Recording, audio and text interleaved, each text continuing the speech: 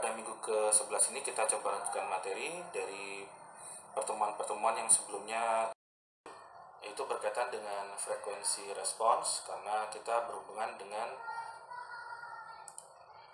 LTI system, dan juga nanti kita akan melihat apa yang sudah kita pelajari di transformasi Fourier dan DTFT.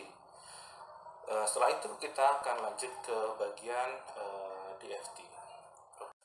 Ya, ini adalah ilustrasi yang mungkin sudah pernah kita lihat pada saat membahas LTI system. Jadi pada ilustrasi suatu sistem LTI,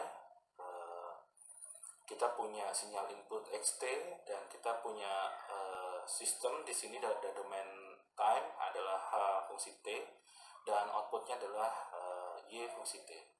Di sini Y fungsi T didefinisikan sebagai hasil dari konvolusi. Nah, sebagaimana yang sudah kita tunjukkan, biasanya notasi untuk konvolusi itu umum dinyatakan seperti ini ya. Mungkin yang notasi matematis yang terlalu rigid itu adalah ini, yang mungkin relatif benar secara definisi begitu. Tapi kebanyakan pada buku teks atau orang lebih mudah menggunakan tulisan yang ini, atau sering digunakan yang ini. Ya. Oke, ya ini hanya pengingat saja supaya kita tahu kurang lebih ada beberapa orang yang sangat ketat menggunakan simbol atau notasi untuk konvolusi seperti ini. Oke, kalau misalkan kita sudah mengetahui bentuk konvolusi pada domain time, itu juga bisa dinyatakan bentuknya itu sebagai integral ya, integral dari minus tau hingga sampai tau hingga dari x tau dan juga h t minus tau d tau. Nah, seperti yang sudah sempat disinggung di pertemuan kemarin, bahwa konvolusi ini bisa kita tukar ya antara x, posisi x dan posisi h. Jadi biasanya bisa saja yang h-nya yang digeser atau x yang digeser, tergantung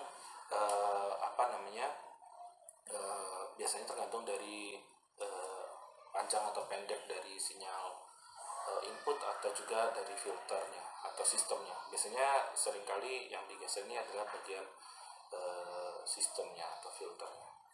Sedangkan pada domain frekuensi, kalau kita menyatakan pada domain frekuensi dari sinyal output ini, kita bisa tunjukkan dalam bentuk transformasi Fourier seperti ini. Nah, kalau misalkan YT ini dikali E pangkat minus J omega T dt pada integral minus tau hingga sampai tau hingga, YT ini, Y fungsi T ini kita bisa gantikan atau substitusikan dengan bentuk yang kita punya sebelumnya ini.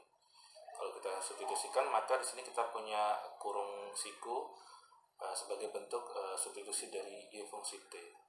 Dan di sini kan kalau misalnya kita tukar bentuk di sini, x yang kita keluarkan, kita bisa menyatakan bentuk ini sebagai h besar fungsi omega. Nah, dari sini kita bisa melihat bentuk ini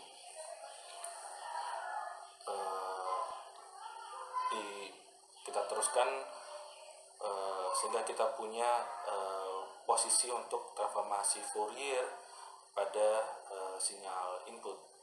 Dan pada domain frekuensi, sebagaimana yang biasanya dipahami, kalau pada domain waktu kita memiliki hubungan konvolusi, maka pada domain frekuensi kita memiliki hubungan perkalian antara sistem dan juga sinyal input.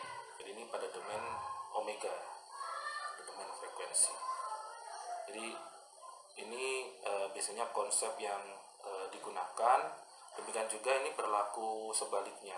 Kalau misalkan sistem kita itu adalah konvolusi pada domain time, itu adalah perkalian pada domain frekuensi. Sebaliknya, kalau misalkan itu adalah konvolusi pada domain frekuensi, itu adalah perkalian pada domain time. Jadi di sini kita memiliki hubungan timbal balik antara konvolusi dan perkalian pada domain time dan juga domain frekuensi. Oke, yang ini adalah pengingat saja untuk notasi konvolusi yang mana biasanya sering dinyatakan seperti ini. Dan sekali lagi ada juga yang menggunakan bentuk seperti ini. Dan di sini kan kalau misalnya kita tukar bentuk di sini, X yang kita keluarkan, kita bisa menyatakan bentuk ini sebagai H besar fungsi omega. Nah, dari sini kita bisa melihat bentuk ini